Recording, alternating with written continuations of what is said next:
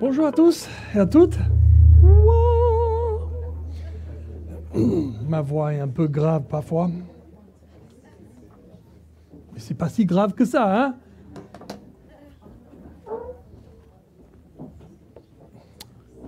Bon, ça fait, je crois, 6 semaines depuis que j'ai prêché dans notre église. Juste parce que tu es pasteur, c'est pas de dire que tu enseignes tous les dimanches, non? C'est quelque chose que j'ai entendu. Après, il y a des différentes croyances sur le rôle de pasteur. Il faut toujours prêcher.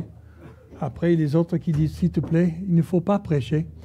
Donc, moi, j'essaie de trouver un bon mélange entre les deux et partager le pupitre avec des autres enseignants, des autres personnes qui peuvent prêcher, qui peuvent bien prêcher dans notre église. Donc, bienvenue si vous êtes là pour la première fois ou si vous êtes là pour le 1000 fois. Vous êtes vraiment persévérant si vous êtes là pour le 1000 fois. Je vais enseigner sur notre série Les Paraboles de Jésus. On va continuer, c'est notre deuxième message dans cette série. La semaine dernière, on avait Jean-Louis Jabin, le pasteur qui est venu comme intervenant. Il a enseigné sur le fils prodigue ou le père retrouvé, comme il a renommé cette parabole. Et c'était vraiment bien, n'est-ce pas? Est-ce que vous avez apprécié ça? Moi, j'apprécie Jean-Louis beaucoup depuis des années. Et il a commencé avec un petit descriptif. C'est quoi une parabole? Une parabole, c'est une petite histoire, en fait, qui donne une illustration d'une vérité spirituelle, morale. Et ça aide à comprendre une signification. Jésus a utilisé à peu près de 46 paraboles. Ça dépend de quelle théologienne que tu recherches. Il va dire, il n'y avait que 45, non, il y a 46. Parce qu'entre la métaphore et la parabole, il y a quelques phrases. Métaphore, c'est courte. Parabole, c'est un peu plus longue. Donc, il y a certains qui catégorisent différemment. Mais il y a 4 types de paraboles totales. 4 types. Le premier, c'est quelque chose de nouvel. Le deuxième type, c'est la sémence, les graines et la croissance. Le troisième, c'est le royaume de Dieu. Et le quatrième, c'est le comportement ou le caractère et la maturité. Donc, il y a 4 catégories de paraboles. Et nous allons faire que 5 sur les 46. Désolé. On va couvrir 5 en total. Et aujourd'hui, on continue avec les bâtisseurs sages et folles. Donc, on va lire le passage du jour. C'est Luc 6, 46, 49. On pouvait choisir en Matthieu aussi, mais moi, j'ai décidé en Luc 6, 46 à 49. Pourquoi m'appelez-vous Seigneur, Seigneur? Tout le monde dit Seigneur, Seigneur. Seigneur, Seigneur. Non, il faut avec un peu de cinéma, avec un peu de drame. Seigneur, Seigneur. Comme tu as un grand trouble. Seigneur! Tu vois, personne dit Seigneur, Seigneur.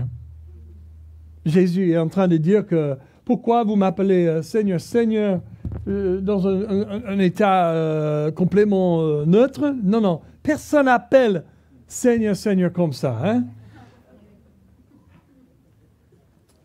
Vous êtes vraiment rapide à venir me voir et appeler mon nom, mais et ne faites-vous pas ce que je dis. Pourquoi Jésus trouve un petit problème entre ces deux choses? Parce qu'il y a une signification du mot Seigneur qui apporte une obéissance.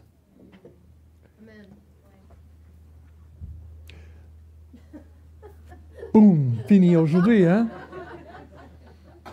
Je vais vous montrer à qui ressemble tout homme qui vient à moi, entend mes paroles et les met en pratique.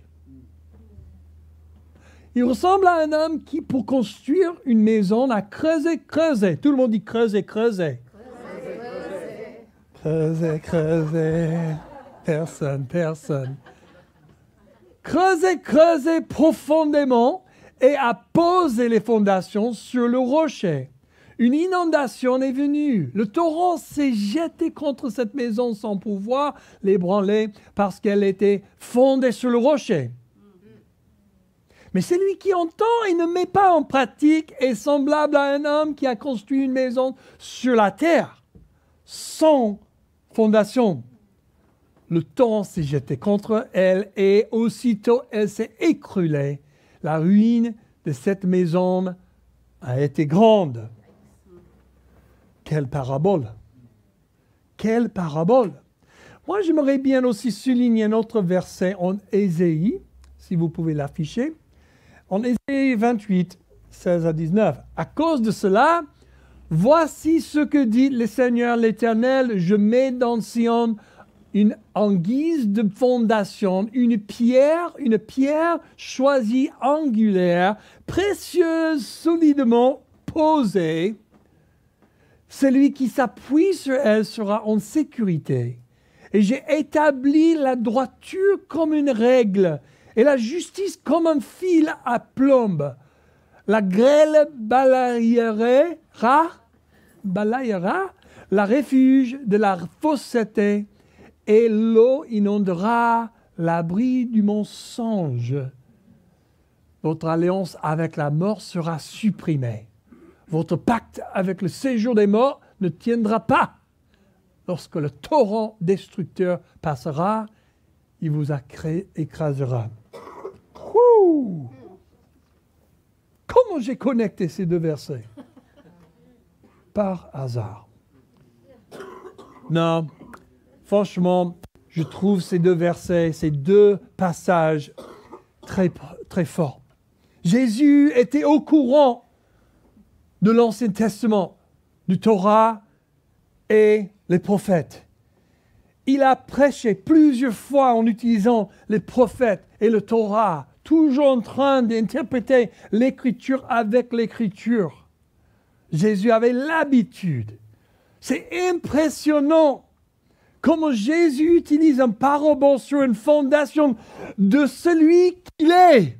La fondation, c'est lui la pierre angulaire. C'est lui qui est la pièce principale qui détermine toute la construction de la maison. Qui parmi nous s'amuse à regarder l'architecture autour de nous?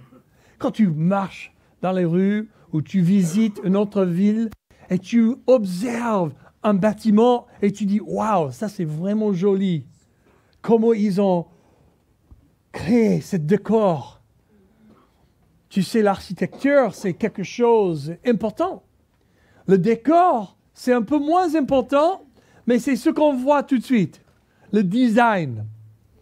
Tout le monde aime bien ce qui est à l'extérieur, mais on sait bien que si ce qui est à l'intérieur ou à la base n'est pas là, bien posé, l'extérieur ne sert à rien et sera détruit vite fait. Quand je pense à l'électricité, on voit les lumières, on voit le chauffage qui est allumé. On peut regarder la télévision et même le projecteur, et utiliser les électroniques. Mais personne ne dit « Waouh, quel système d'électricité vous avez ici !» C'est magnifique, tout ce qui est caché dans les murs. Personne observe. Bon, peut-être cette illustration n'est pas trop bien. La plomberie. On observe la plomberie seulement quand on a un problème avec la plomberie. Mais on apprécie les toilettes, non? On apprécie le fait que l'eau coule dans nos maisons, dans nos appartements, dans notre local. On apprécie ça beaucoup. Sans ça, on n'aura pas le café. Donc on peut apprécier les bénéfices sans observer qu'il y a quelque chose au derrière. Qui a jamais utilisé le portable? Et tu ne vois pas un réseau. Et tu ne peux pas connecter. Tu as besoin d'appeler quelqu'un. Mais tu es hors réseau. Conduis un peu plus loin, marcher un peu plus loin. Tu le mets en train de faire comme ça. Tu tapes sur ça, tu touches ça. Et tu essaies d'avoir un signal. Vous avez tous fait ça. On apprécie le cell phone, le portable. Mais le portable ne fonctionne pas sans le réseau derrière. toute la technologie au derrière qu'on ne voit pas, les choses invisibles. Ah, vous voyez où je vais, hein? Toutes ces maisons, entre guillemets, sont construites sur les fondations. Si le travail, si l'œuvre au derrière les murs, dans les endroits invisibles ou cachés, n'est pas fait correctement, on ne va pas avoir le résultat à l'extérieur. Donc, voici les questions que Jésus est en train de poser. Est-ce que vous êtes en train de construire votre maison basée sur les choses extérieures ou sur les vérités fausses, les vérités moitié-vérités, ou sur les mensonges, ou sur les choses superficielles, ou est-ce que vous êtes en train de construire votre maison sur le rocher de Jésus-Christ? Vous savez bien que il n'y a personne qui est parfait. Mais combien de fois est-ce que votre maison est déjà écroulée? Combien de fois est-ce que vous êtes tombé? Combien de fois est-ce que la manière que vous viviez t'a géré vers un mauvais endroit où tu ne veux pas être? C'est quoi le cycle l'habitude en train de se manifester dans votre vie? Parce que votre vie, en fait, c'est votre maison. Et tu sais, Jésus a dit, il est en train de dire que tout le monde qui entend les paroles de Dieu, ils sont en train de construire une maison. Donc, il ne faut pas se tromper. Si vous entendez la parole de Dieu, vous êtes en train de construire quelque chose. La question est, sur quelle fondation? Sur quel terrain?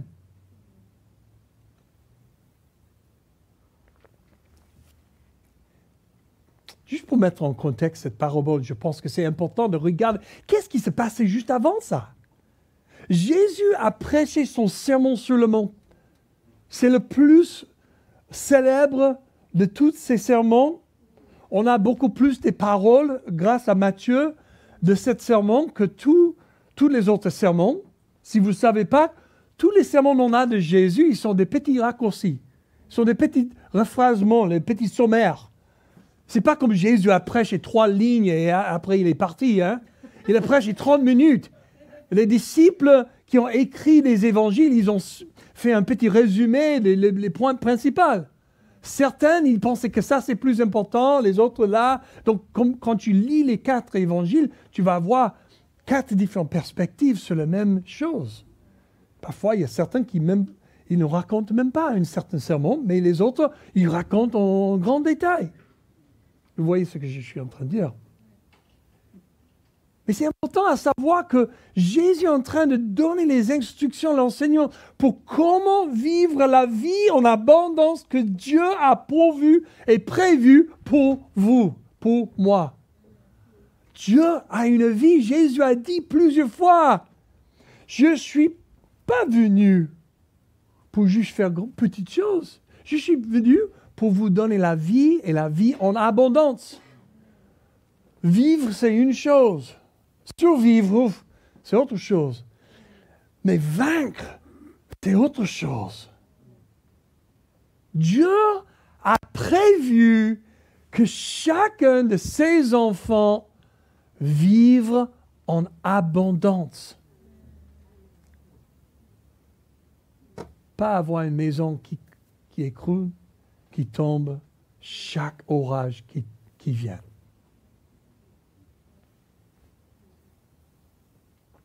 Donc, comment on est arrivé là?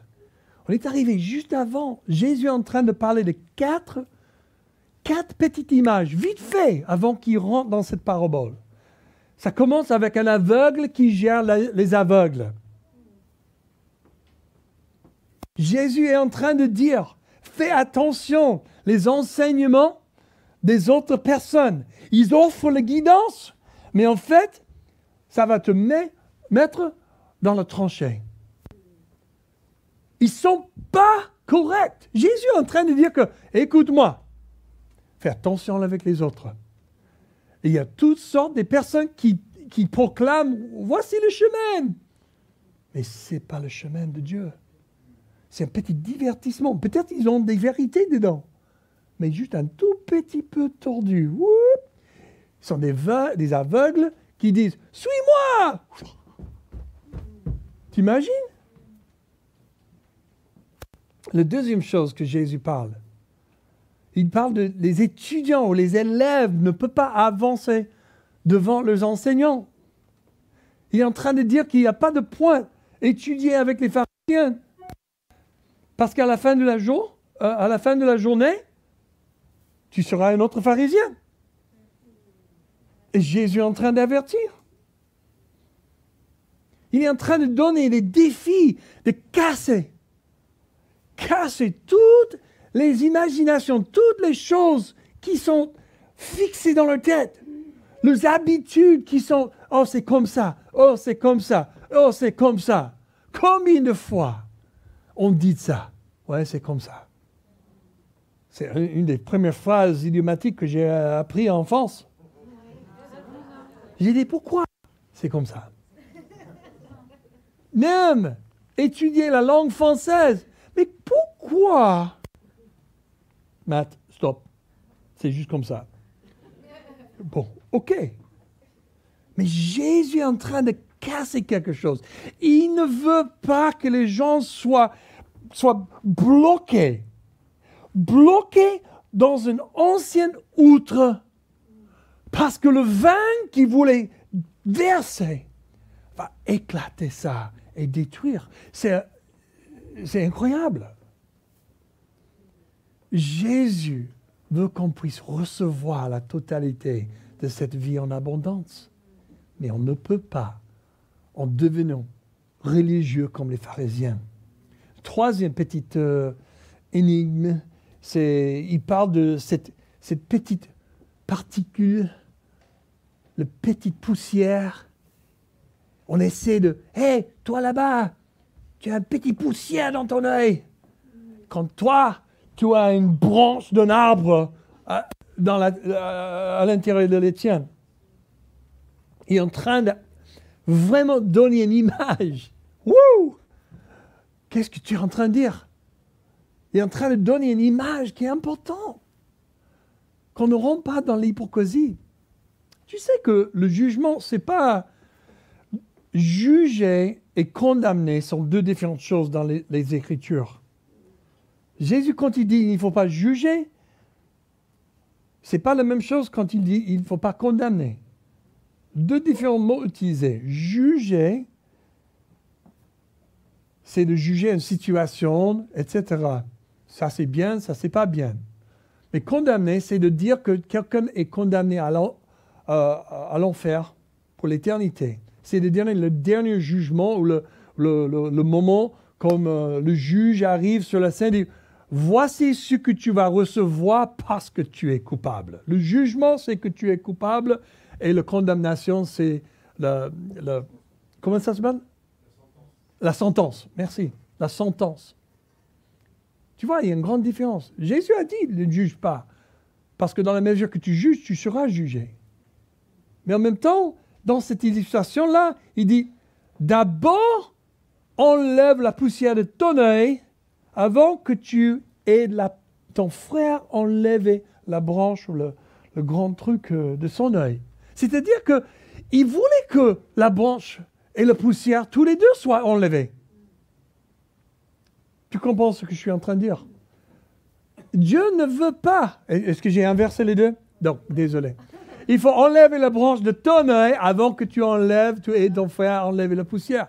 Et c'est intéressant que Jésus a parlé de ça. Parce qu'aujourd'hui, on voit pas mal des psychologues. Et les psychologues ils ont un mot pour ça. Il s'appelle la projection. Quand tu te projettes tes problèmes sur quelqu'un d'autre. Est-ce qu'il y a quelque chose qui t'embête chez toi? Et parce que ça t'embête, tu vas voir ça dans tout le monde autour de toi. Bon, il est orgueilleux. Ce mec, oh, il est orgueilleux aussi. Elle est complètement arrogante. Tout le monde est orgueilleux autour de toi.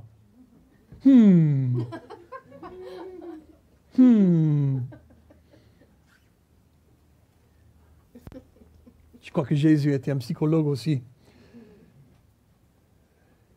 Parce qu'en fait, les pharisiens et les sadduciens, ils étaient tellement minutieux, ils étaient tellement focalisés sur les tout petites choses pour essayer d'être parfaites qu'ils ont complètement perdu vue de le grand message de Jésus et de Dieu. Et Jésus a fini cette petite série de 4 images avec les fruits et les arbres. Un mauvais arbre produit le mauvais fruit. Un pommier ne peut pas produire des bananes, etc., etc. Ça sera bizarre. Et ça sera une super bonne bananier mélangé avec une... Non, mais peut-être pas. C'est incroyable. Il est en train de donner 1, 2, 3, 4 images sur le jugement, le criticisme, le croissance, l'hypocrisie, toutes ces choses. Et il arrive pour résumer la totalité avec cette parabole. Et moi, je vais juste regarder quelques mots-clés dans ce passage et après, on va poser des questions. Dans ce passage, on a quelques mots que je trouve très stratégiques pour comprendre la parabole. Numéro 1, c'est le mot Seigneur. Seigneur, Seigneur. Le mot Seigneur, c'est le mot en grec kurios. Ce qui est un peu curieux. Parce qu'il y a des autres options, comme maître, rabbonai. Il y a plusieurs autres mots que Jésus pouvait utiliser, mais il a utilisé kurios. Et en grec, c'est le maître, le Seigneur, le propriétaire de tout, celui qui a de la puissance et du pouvoir.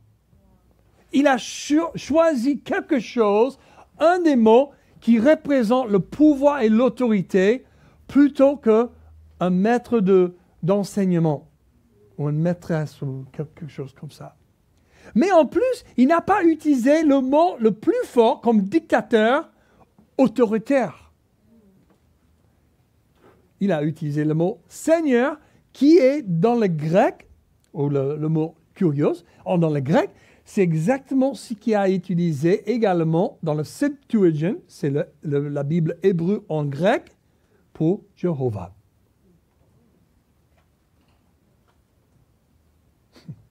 Jésus est en train de mettre les choses pleines.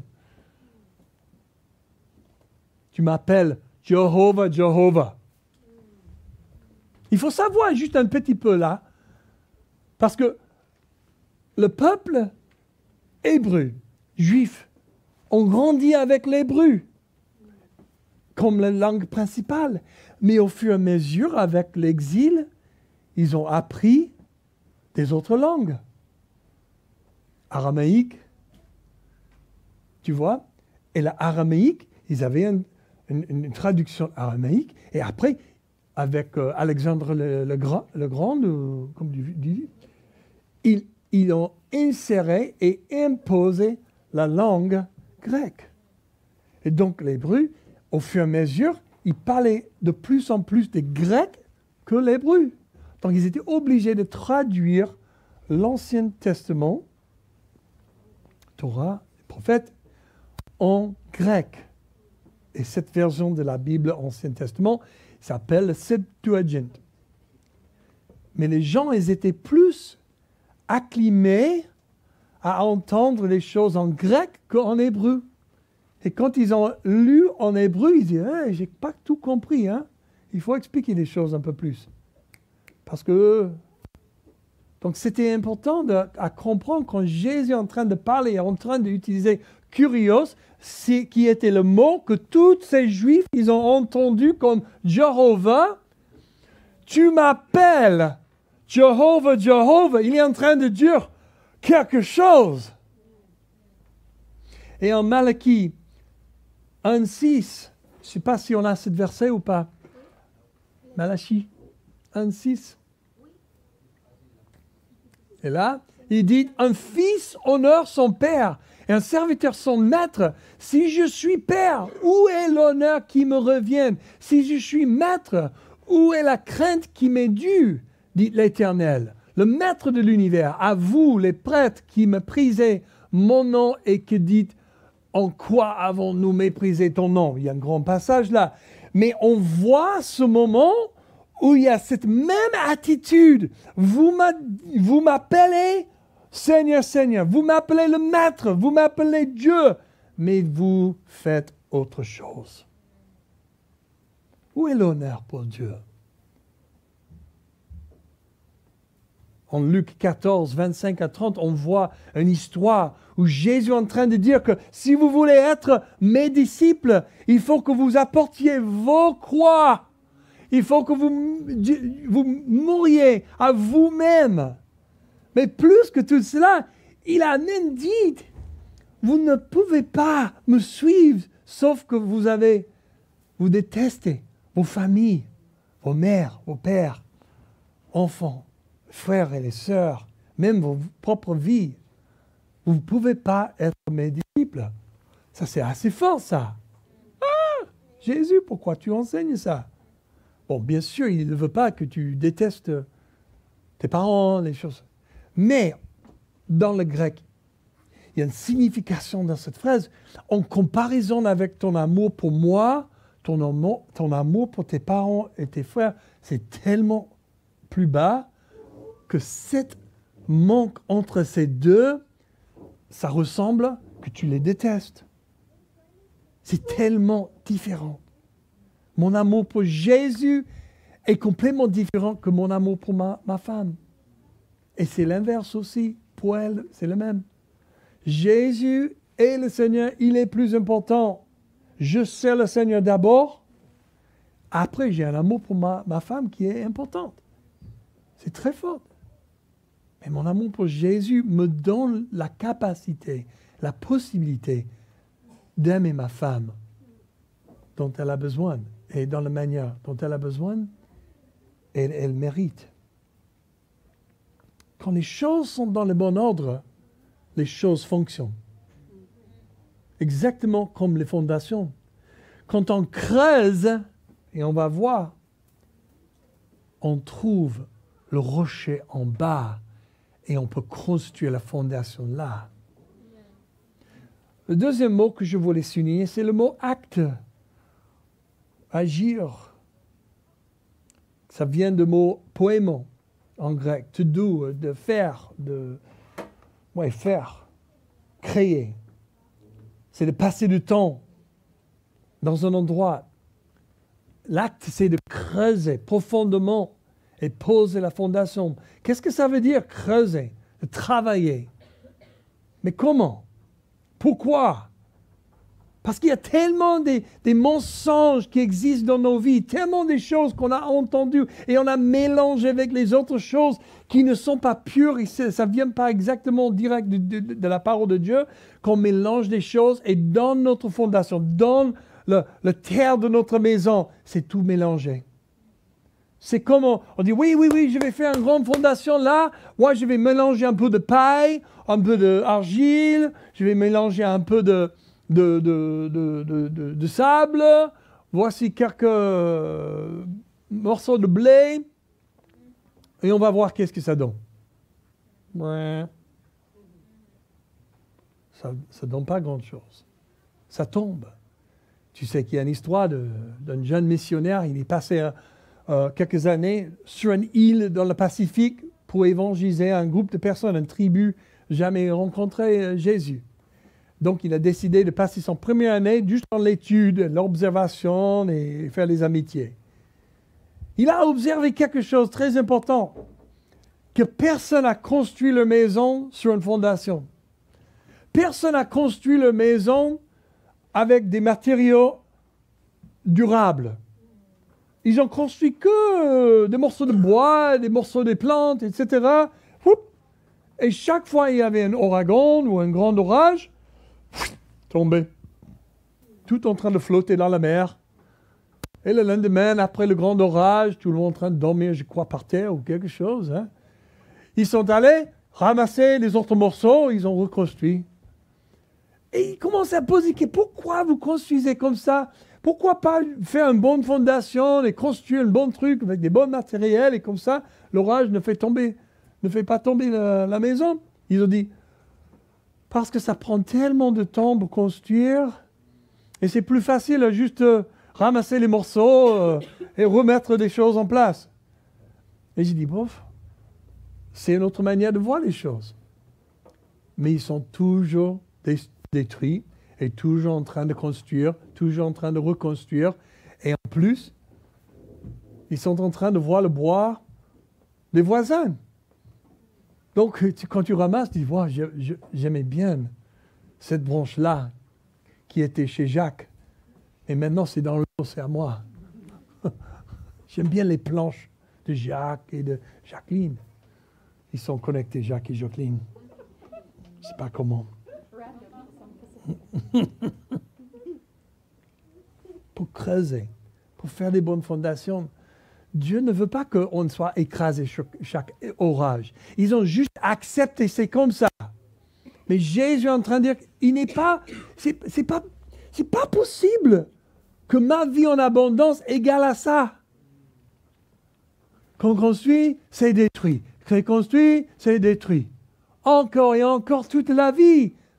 Dieu veut ajouter de l'espérance.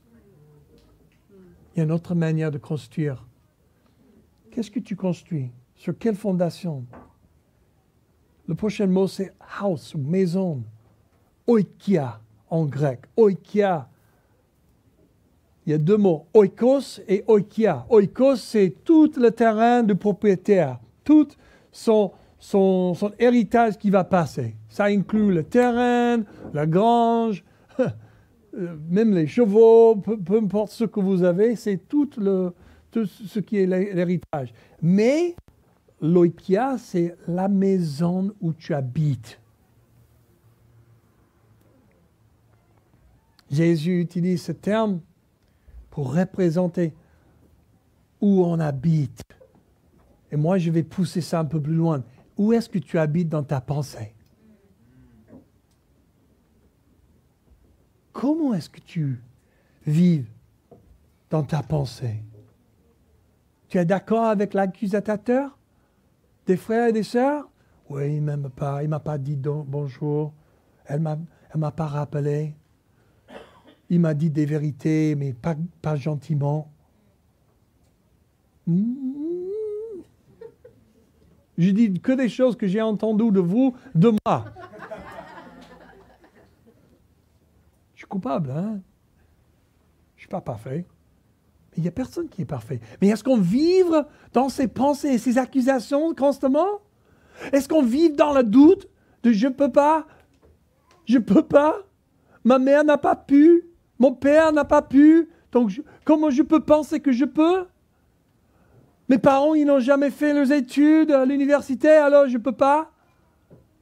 Je suis bloqué, je serai comme ça parce que c'est comme ça dans ma famille? Nous avons déjà fait un bon truc, ça suffit? Est-ce que tu acceptes un certain niveau de succès? Est-ce que tu es à un certain plafond, mais tu dis, non, c'est pas la peine, c'est trop de travail pour percer à un autre niveau? Qu'est-ce qui se passe? Où est-ce que tu es bloqué? Je te dis, tu es bloqué, pas au niveau de construction de la maison, tu es bloqué au niveau de fondation. Dernier mot, bon, pas le dernier, mais un autre mot, c'est le mot rocher.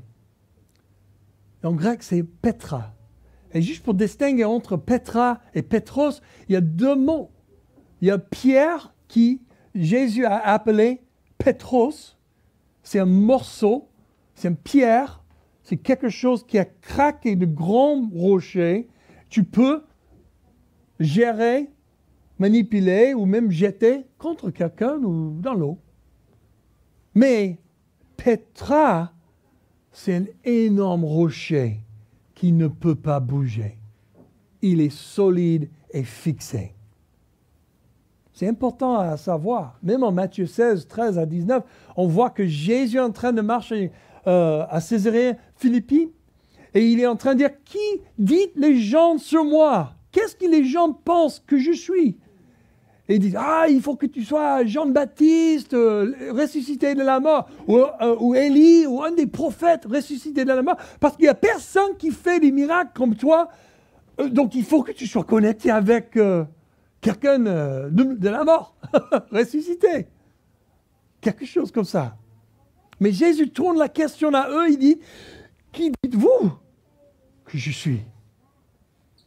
Mes disciples, les gens qui marchent avec moi jour après jour, qui voient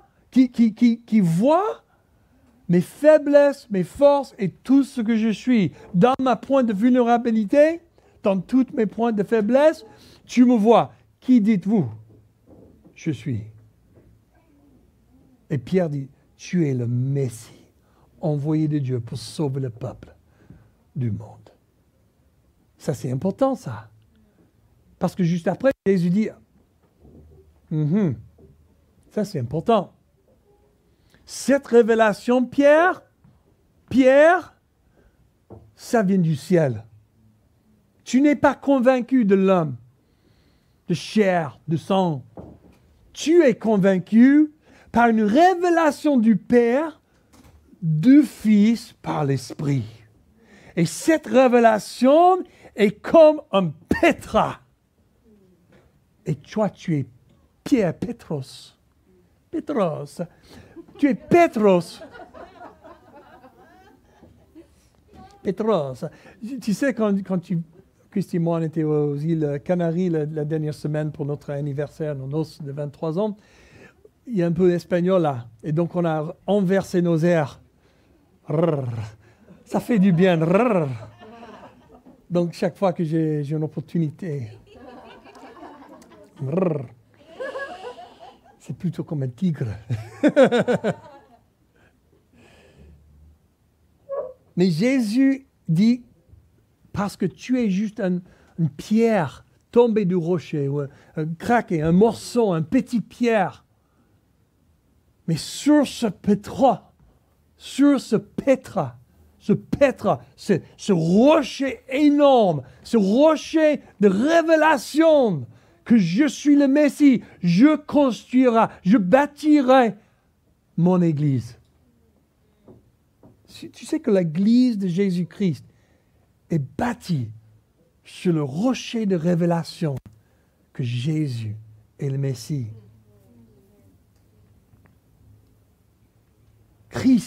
Jésus-Christ, c'est la fondation.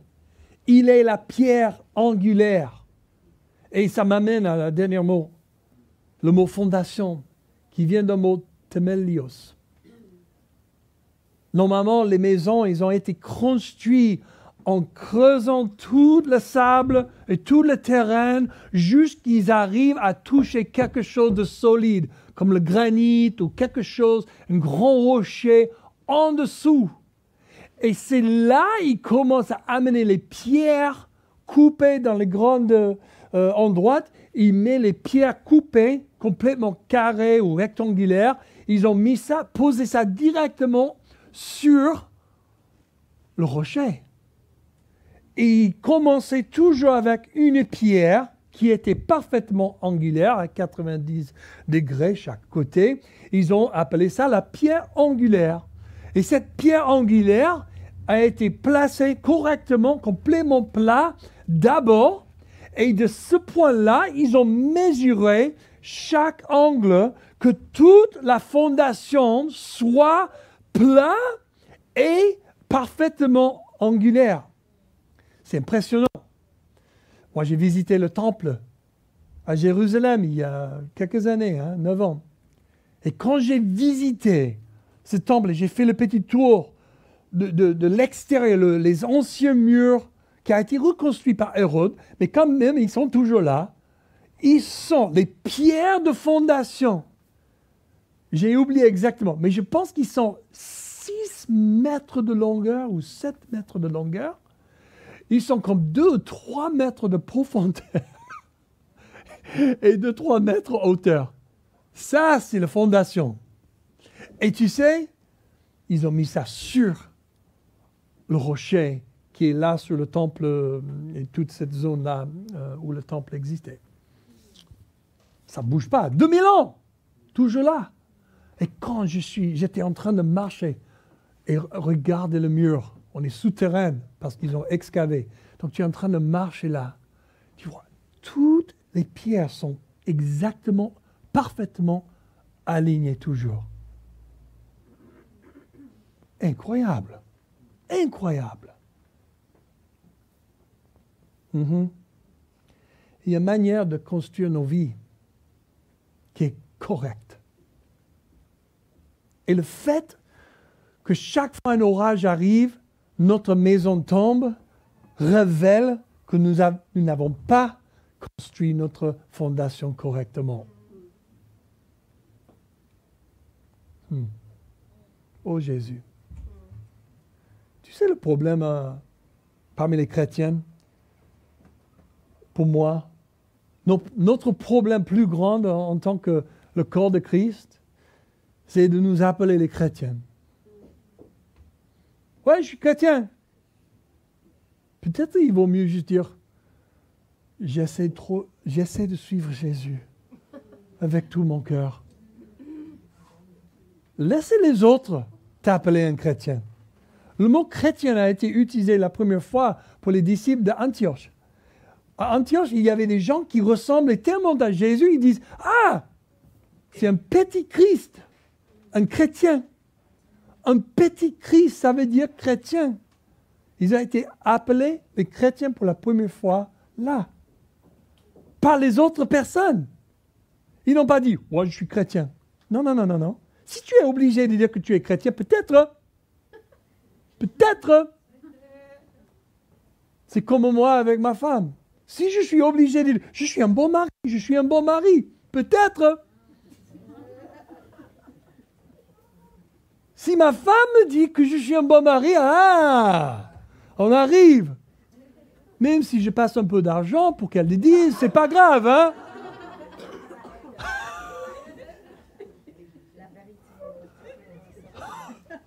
Ok, on va faire un petit parcours sur le mariage après. Mais bon, tu vois, c'est cette fondation. Sur ça, tu mets les briques pour construire les murs et toutes ces autres choses. Et tout le monde a déjà vu l'image de Tour de Pise. Hein? Qu'est-ce qui arrive là? C'est dangereux ça. Et ce n'est pas le seul exemple. On voit plusieurs exemples. On voit l'exemple de FTX, si tu es dans le monde des finances. FTX, c'était une grande entreprise. Ils ont commencé il y a que 5 ans, je crois. Un investissement dans le cryptocurrency. Donc, ils ont commencé, ah oui, on reçoit, on vend le cryptocurrency. Et ils l'ont vendu. Mais, dans la fondation de leur entreprise, ils ont eu un système de comptabilité fait pour une entreprise de 5 ou 7 employés. Mais ils avaient la valeur de 30 milliards d'euros en train d'utiliser un système pour 3 à 5 employés ou 5 à 7 employés. C'est impressionnant. Et quand ça a écroulé, ils ont découvert un amour pour les choses matérielles, balancé avec un système de comptabilité pas fait pour. Et c'est crac. La fondation d'une bonne entreprise, c'est un bon système de comptabilité. Mais personne n'aime la comptabilité, sauf que les comptables. Merci Seigneur pour les comptables. Mais quand on commence à apprécier les fondations, on peut construire n'importe quoi. Si tu veux avoir un PhD en quelque chose, il faut commencer avec les bases.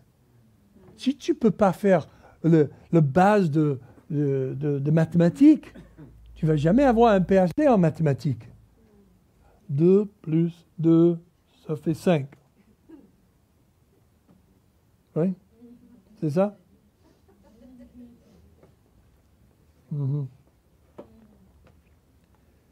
En Hébreux 6, 1 à 2, on a un verset qui explique quels sont les fondamentaux de la foi. C'est important. Il y a la repentance des œuvres mortes. Il y a la foi envers Dieu. L'enseignement sur les baptêmes, les différents types de baptêmes. Imposition des mains et la résurrection de la mort et le jugement éternel. Il y a des 6 fondamentaux qui sont importants. Si on n'a pas de révélation sur ces fondamentaux dans notre foi, qu'est-ce qu'on fait? Tout le monde est en train de dire. Matt, qu'est-ce qu'on doit faire pour poser les bonnes fondations là? Parce que je ne sais pas du tout de quoi tu parles là. Le jugement éternel, la résurrection de la mort. Eh oui, il faut ressusciter quelqu'un de la mort avant que tu aies une bonne fondation. Non, c'est pas ça. Mais une compréhension de qu'est-ce qui se passe après on meurt cette terre. Qu'est-ce qui se passera? Est-ce qu'on vit à jamais? Oui. Mais qu'est-ce qui se passe dans la résurrection des morts? Toutes ces choses, ces fondamentaux, ça nécessite que tu aies un engagement avec la parole de Dieu toi-même, personnellement. Il n'y a personne qui peut poser la fondation dans ta foi que toi. Et tu es paresseux, paresseuse, si tu n'as pas fait jusqu'à ce moment-là. Oh, Matt, tu es méchant maintenant. Je suis honnête. Franchement, je ne veux pas jouer le christianisme. Oui, alléluia. Je veux suivre Jésus. Je veux être sérieux. Jésus n'était pas en train de jouer, faire une blague. Les fondamentaux sont tellement importants, mes frères, mes sœurs. Si tu ne poses pas, si tu ne tiens pas la parole de Dieu et tu mets en pratique toi-même, tu commences à obéir la parole de Dieu, tu consommes tous les jours et tu mets en pratique. Si tu ne fais pas ça, tu seras une maison écrasée, écroulée, temps après temps. Et tu vas toujours revenir. Seigneur, fais chaud en bas. Oh, la cuisine est chaude aujourd'hui. Heureusement. Ah, est-ce que tu vas aller au ciel? Oui. Tu as mis ta foi en Jésus. Mais tu vas rater le ciel sur la terre qu'il a prévu pour toi. Il faut travailler. Ça, c'est contre-culturel. Travailler. Pas juste dans le sud de France. Il ne faut pas penser comme ça.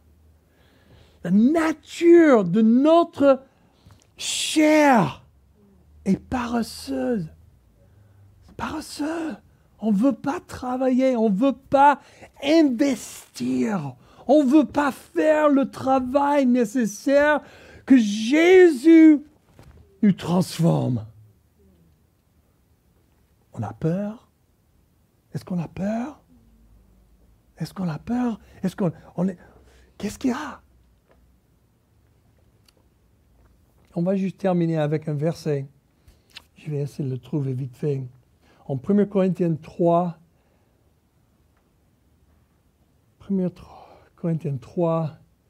10 à 15. Bon, je vais faire une petite traduction là. Or, si quelqu'un bâtit sur le fondement avec de l'or, de l'argent, des pierres précieuses, du bois, du foin, de la paille, l'œuvre de chacun sera mise en évidence. Car le jour le montrera parce qu'il doit être révélé par le feu.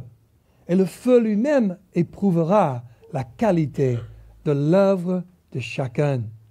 Si l'œuvre de quelqu'un bâtie sur le feu subsiste, il recevra une récompense. Si l'œuvre de quelqu'un est consumée, il subira une perte. Mais il sera lui-même sauvé comme par le feu. Moi, je ne veux pas juste arriver au ciel. Je ne veux pas juste arriver. Oh, je suis arrivé.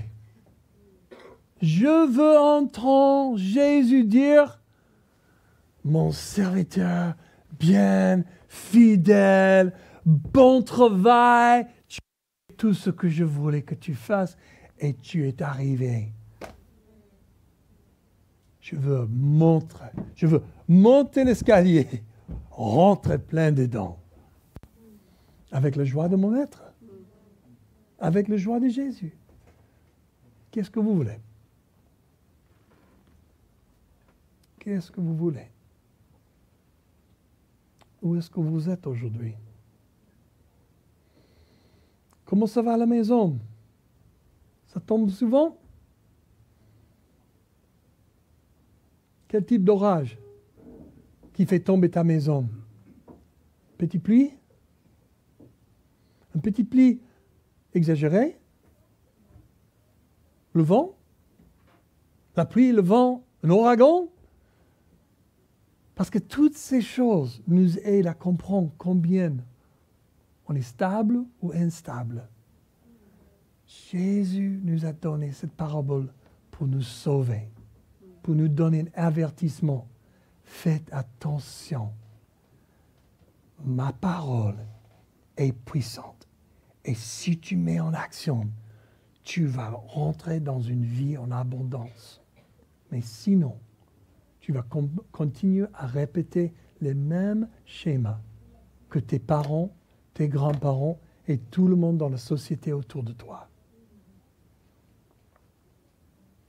Donc, Jésus, je prie que tu viennes, tu aides mes paroles, tu aides ce que j'ai essayé de comprendre et communiquer aujourd'hui. Seigneur, aide-nous tous. Fais une examination de notre fondation aujourd'hui. Quel type de fondation est-ce qu'on a? Est-ce qu'on a bâti seulement sur la terre ou est-ce qu'on a bâti sur une fondation? Est-ce qu'on a bâti sur une fondation qui est sur le rocher ou juste sur la fondation, sur le sable? Est-ce qu'on a creusé? Seigneur, je veux que tu viennes et tu exposes ma fondation, Seigneur, pour celle qu'elle est, pour que je puisse être honnête avec moi-même, honnête avec toi, et vraiment mettre des bonnes choses en place, pour que je puisse te connaître plus profonde, plus intime, et de voir ta volonté faite avec ma vie. Je veux, Seigneur, je veux vraiment, Seigneur, que mes attitudes de cœur soient ton attitude de cœur. Que tes pensées soient mes pensées. Pas comme un robot, mais que j'aime bien penser comme toi. Que j'aime bien réfléchir comme tu réfléchis. Parce que dans cette manière de penser, il y a une vie en abondance. Si vous avez besoin dans ce moment de prendre le moment de se repentir, d'avoir être religieux, religieuse, et juste essayer de faire le minimum, prends ce moment de faire la repentance. Jésus est là. Il n'est pas en train de construire un royaume des religieux ou les pieux. Il veut des enfants qu'il aime, qu'il approche, qu'il soit réel, authentique.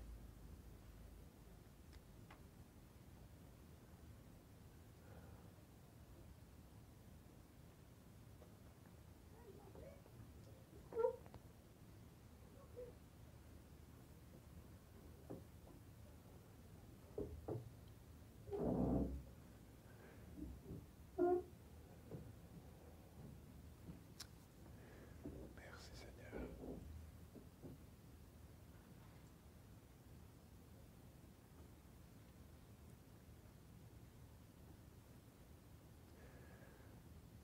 Merci Jésus pour ce temps de réflexion. ensemble avec les frères et les sœurs.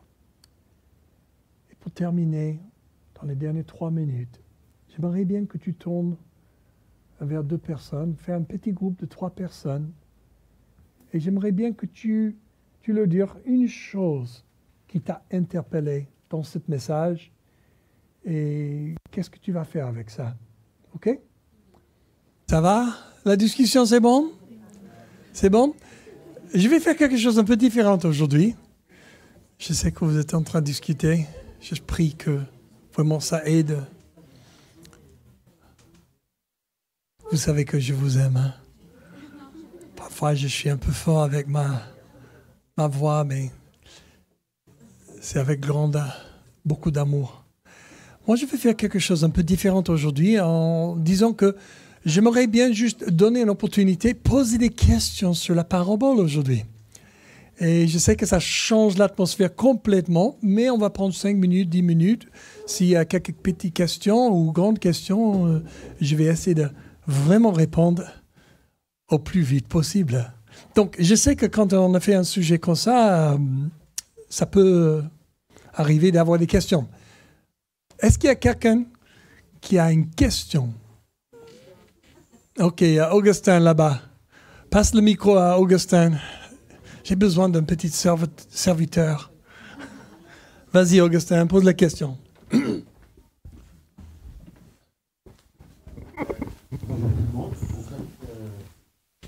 Excusez-moi pour mon accent carré, parce que nous, c'est magnifique, c'est belle. Je vais essayer de lire quelques versets, puis j'ai une question à poser. On va essayer de lire dans Matthieu 7 et 21.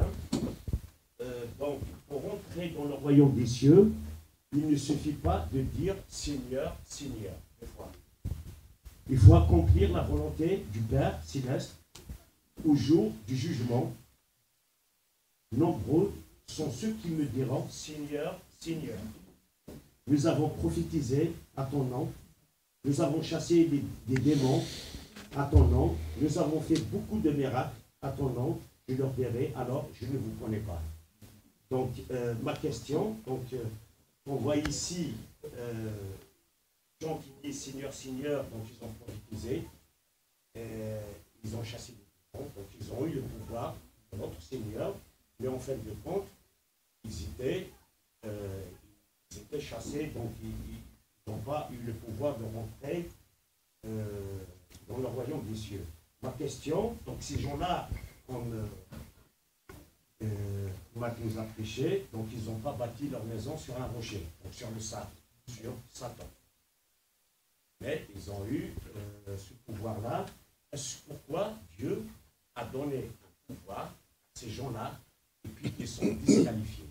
Est-ce que Dieu les a utilisés pour d'autres frères ou Dieu... C'est ma question. C'est une super bonne question, Augustin. Est-ce qu'on peut l'applaudir pour avoir osé? Moi, j'ai toujours trouvé ces passages incroyables.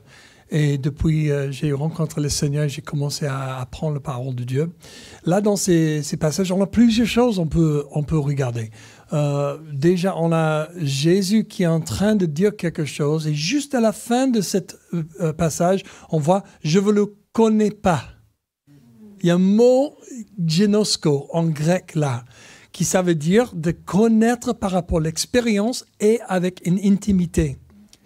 Et ce mot-là, c'est le même sens que Adam a connu Ève, dans cette même fait d'être un. Donc, on trouve ce mot aussi en Jean 17,3, où Jésus a dit « Voici la vie éternelle que vous connaissez Dieu et Jésus-Christ qui l'a envoyé. » Donc, la vie éternelle, c'est de connaître Dieu. C'est pas de savoir les faits sur Dieu. Les religieux aiment bien de savoir tous les faits et tous les détails et toutes les... Pardon?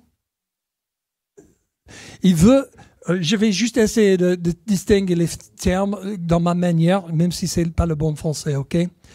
Savoir faire un truc ou savoir ou des faits sur quelqu'un, c'est pas la même chose de connaître. Je vais faire une distinction. Connaître, c'est plutôt relationnel. Savoir, c'est plutôt les faits. Si le président Macron, il passe dans la rue aujourd'hui et je dis « Hey, coucou, ça va ?» Parce que j'ai lu tellement des choses dans les journaux sur lui, j'ai le sentiment que je le connais.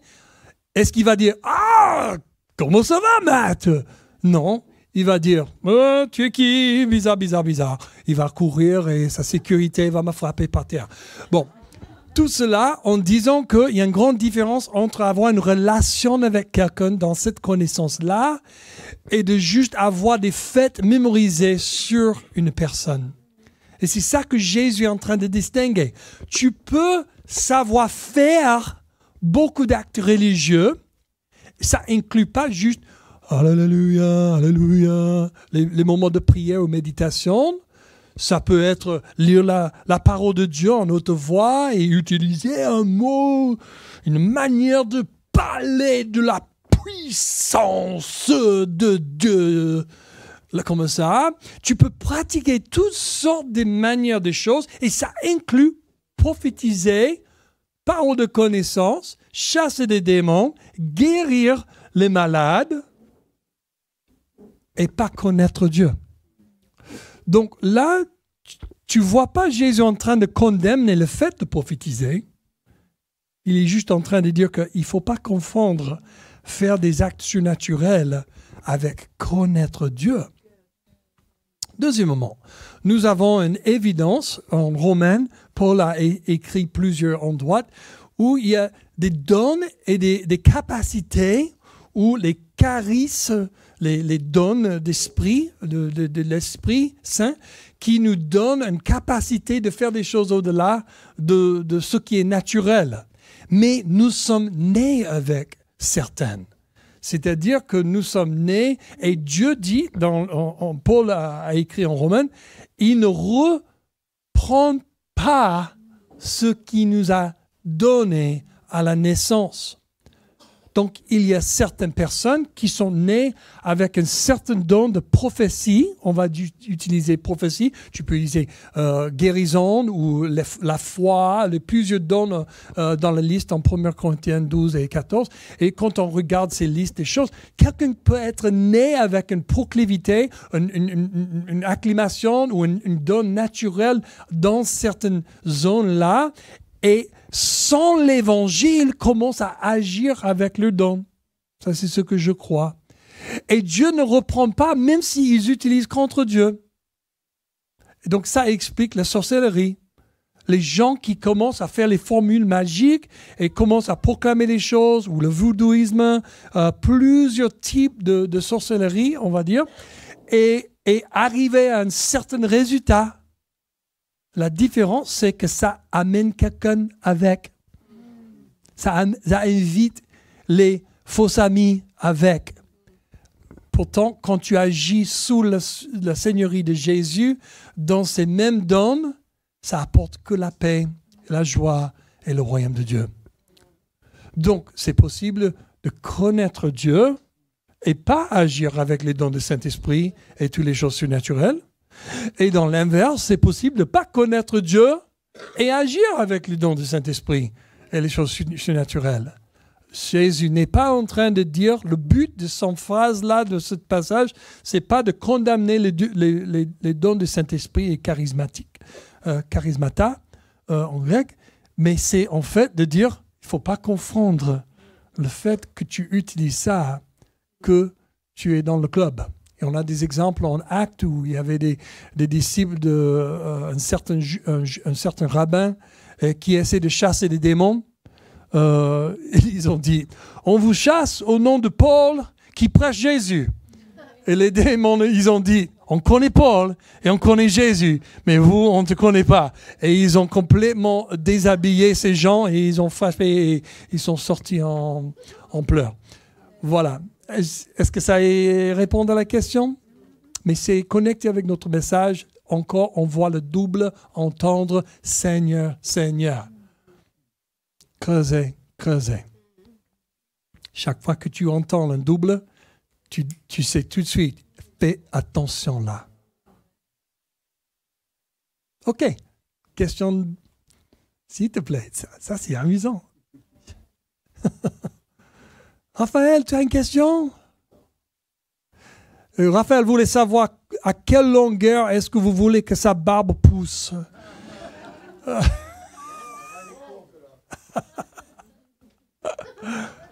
D'autres questions? Oh!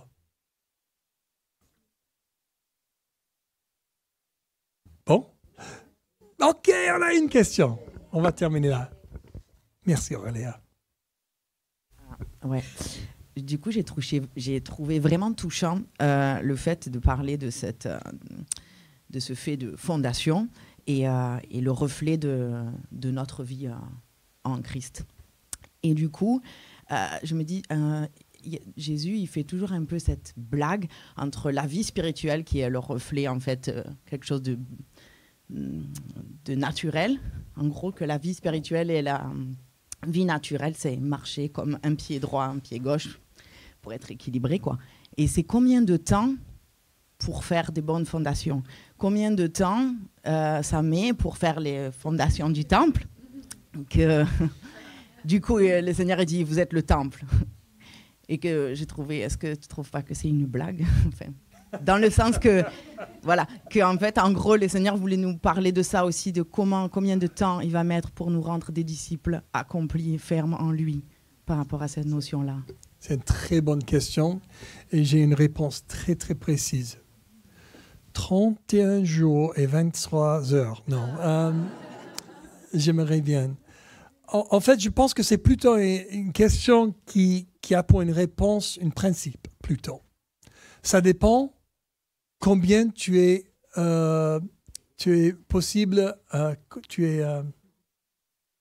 disposé à sacrifier pour un certain terme. Pour moi, quand j'ai donné ma vie à Jésus, il y a plusieurs éléments qui m'ont aidé vraiment à faire une bonne fondation. Et numéro 1, j'avais un mentor dans ma vie et j'ai rencontré avec lui, c'était un pasteur, et il m'a disposé, il a dit, moi je fais des disciples, si tu veux apprendre, si tu veux avoir une bonne fondation, viens me voir, je suis disposé 3 fois par semaine si tu veux. Donc j'ai en profité. J'ai même pas payé, c'était superbe. Et j'ai étudié la Bible en profondeur, 3 fois par semaine, individuellement avec moi, à lui. Et après quelques semaines, j'ai commencé à amener des gens avec moi. Et ces gens qui ne connaissaient pas Jésus, il m'a montré comment étudier la Bible pour amener les gens à Jésus. Donc, d'abord, il a fait avec moi. Deuxièmement, il commençait à faire ça avec chacun de mes amis. Il commence à me montrer, pas juste faire des fondations en moi, mais après, comment poser les fondations dans les autres. Donc, là, j'ai assisté, bien sûr, les cultes de dimanche et les réunions des étudiants dans la semaine. Aussi des temps de communion fraternelle avec les étudiants, mes études, le travail, des choses que j'ai fait. Mais j'ai mis à part un temps avec lui aussi, en plus de tout cela. Et ça m'a coûté quelque chose. Mon temps libre. Et j'ai besoin de me reposer. Non, j'ai besoin de Jésus. C'était ce que j'ai fait. J'ai pris un choix. J'ai pris un choix entre temps libre ou étudier la parole et mettre ça en place dans ma vie. Et j'ai décidé de faire quelque chose comme ça. Donc j'ai fait ça pendant 2 ans. Et je comprends. Il n'y a pas tout le monde qui a cette notion de discipulat ou de poser des bonnes fondations. En général, les chrétiens dans l'Église, on n'en parle pas trop souvent. Mais c'est très important quand même. Donc moi, je pense que ça dépend le niveau du sacrifice on est disposé à faire. Et aussi, niveau de temps, ça inclut le temps. Le temps et l'énergie à mettre dedans. Moi aussi, mon pasteur, il m'a dit, on peut faire ça, mais il faut que tu lises ta Bible 1 heure par jour. Donc, c'était le requis. Donc, je me suis réveillé à 6 heures tous les matins pour lire ma Bible 1 heure. Comme ça, quand on s'est rencontrés 3 fois par semaine, il dit, qu'est-ce que tu as lu ce matin? J'ai révisé tout ce que j'ai lu ce matin. On commençait avec Somme, j'ai lu en Chronique, j'ai lu en Jean, j'ai lu en 1 Pierre. Voilà, là. Qu'est-ce qu'il t'a souligné? Et on a révisé tout cela. Après, il m'a enseigné ce que je me suis trompé, où je me suis trompé. Qu'est-ce que la Bible dit en global et comment mettre ça en place. Là, c'est un autre niveau, hein. Mais j'étais étudiant, je n'étais pas marié, je n'avais pas des enfants, j'avais juste... Bon, j'avais plein de choses à faire quand même, mais pas la même responsabilité. Donc, ça dépend. sur toi. Christy, cette belle femme-là, on a un microphone qui vient. Merci. Je pense qu'elle veut répondre à la question aussi. Oui, j'aimerais juste ajouter aussi, parce que ça m'a rappelé de ce verset en Ésaïe 54, verset 2, qui dit « Arrondis l'espace de ta tente, tends des toiles plus larges pour t'abriter, ne calcule pas tes dépenses, allonge les cordes et fixe bien tes piquets. » Et ça veut dire que si notre tente, notre maison est élargie, ça veut dire que la fondation aussi doit être élargie. Donc, pour moi, la fondation, c'est quelque chose que le Seigneur, il va continuer jusqu'à on est face à face avec lui. Ça, c'est certain.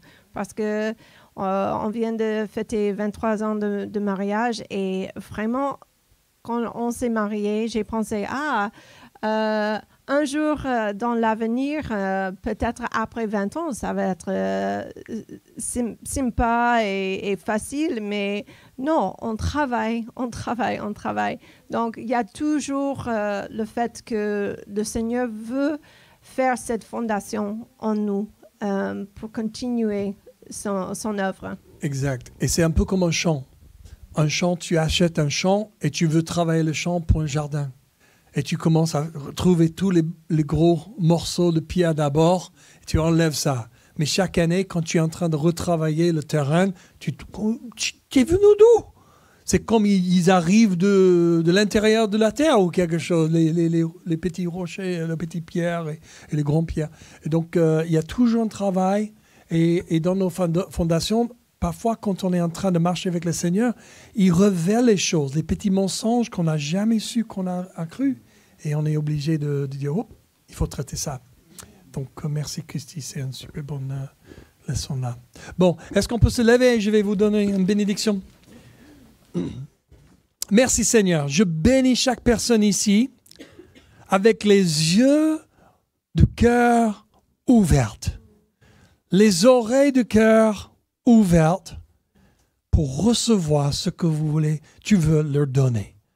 Donc, qu'ils soient remplis avec la sagesse et la vérité qui le rendent libre.